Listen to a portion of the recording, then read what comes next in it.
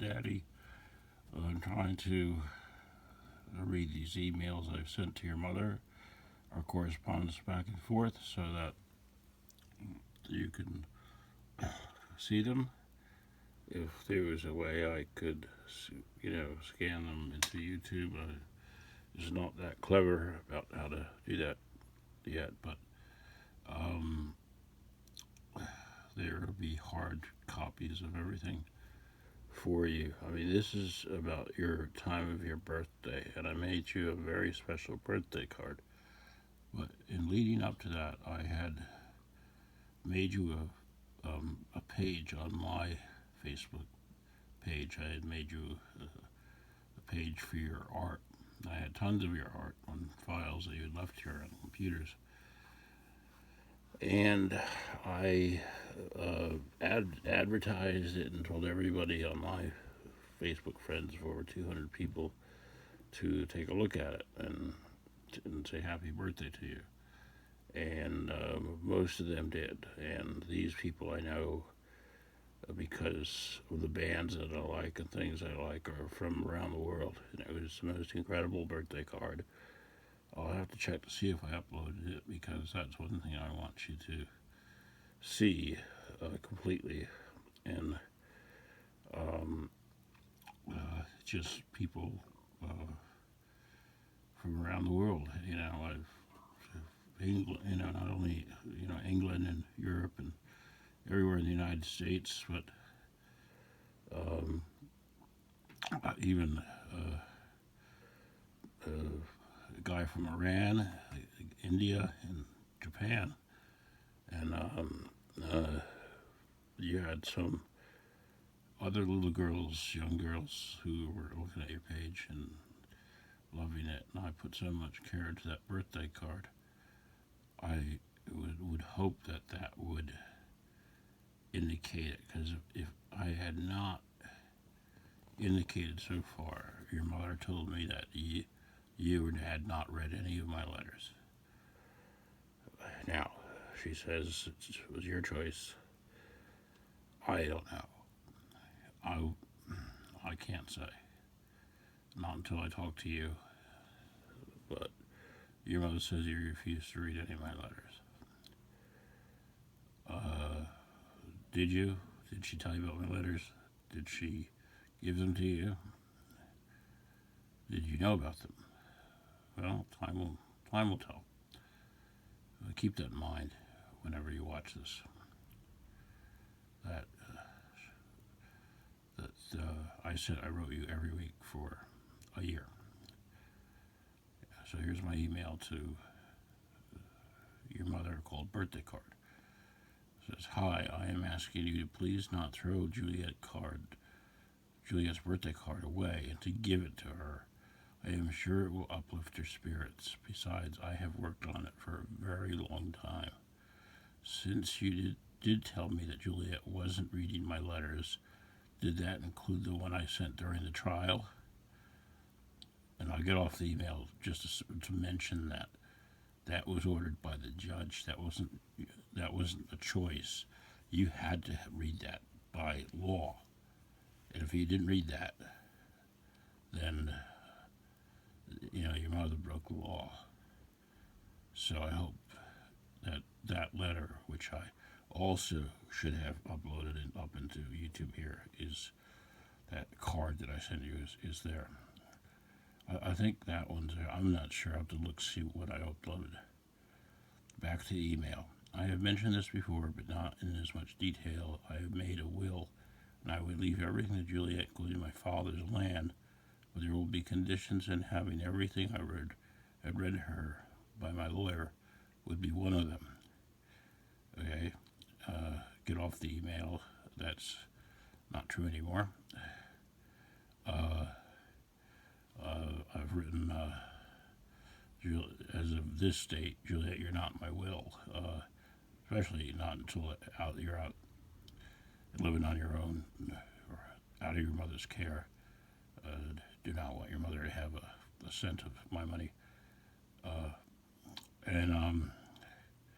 So besides, the government is going to take the land for taxes. But in any case, you are going to get the letters from people who are going to take care of my will. Now back to the letter. I just want to let Juliette know that I care for her, that I love her, and I want her to know about my life, and that includes reading my autobiography, which I have, which is another thing that will be available to you when I die. And this I'm talking to you, Juliette, now. I'm not talking to your mother. Back to your mother. Things are set in place. I just want you to know, I just want her as an adult to know about her father, and as well as my father and mother too.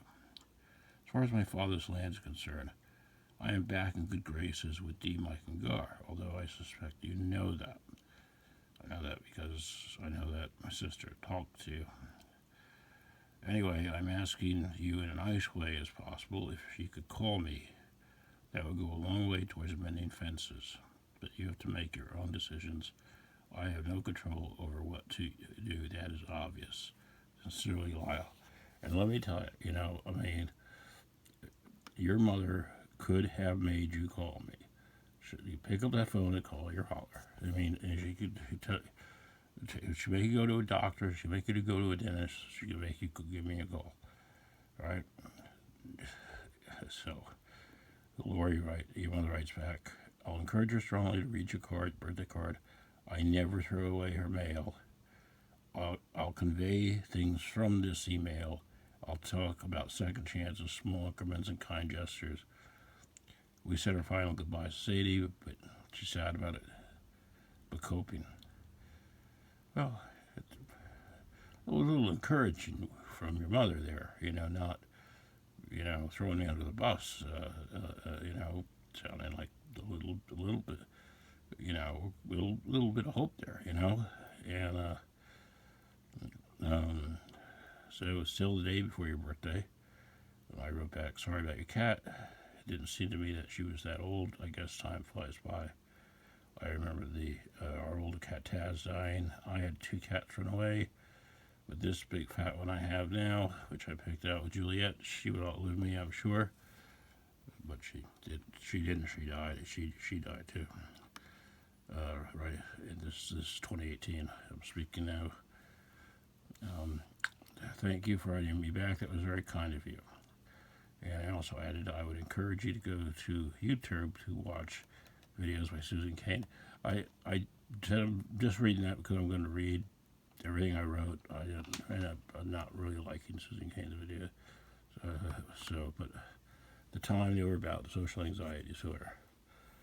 Sat home all day on your birthday, sitting by the phone. No call. I went to bed. I couldn't sleep. I was so depressed. I just couldn't believe it. I just couldn't believe it. But your other mother wrote me the next day. She said she read your card because I left it on the table already opened. That's interesting. That's interesting. That's not in the email. I'm just said that about her, what she just wrote. And back to her, the email. Your mother says, when it arrived, I showed it to her. She said she didn't want to open it. I asked her if I could open it, and she said she didn't care. Wow, is she hanging this on you, Juliette?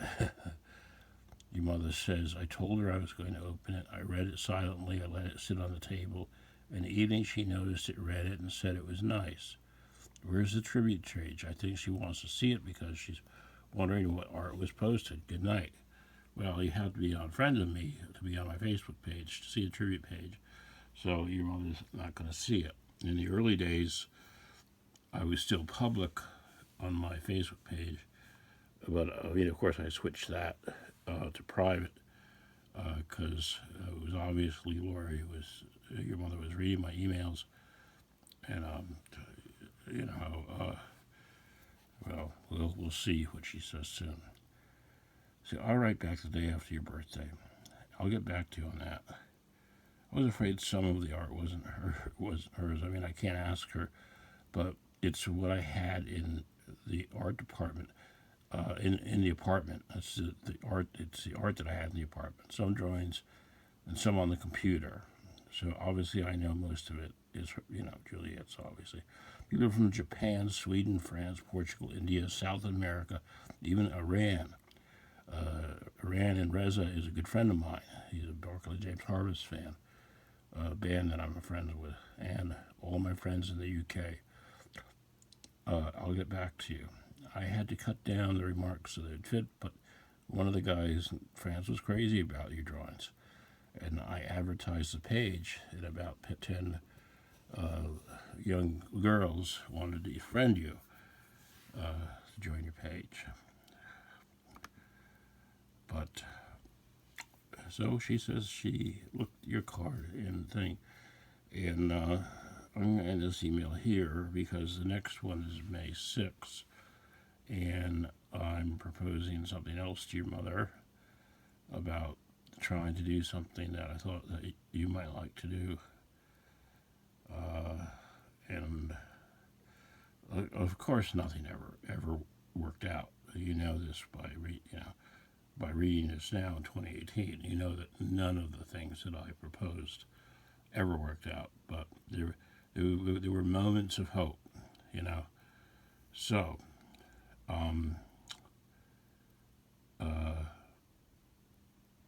that's it for this email.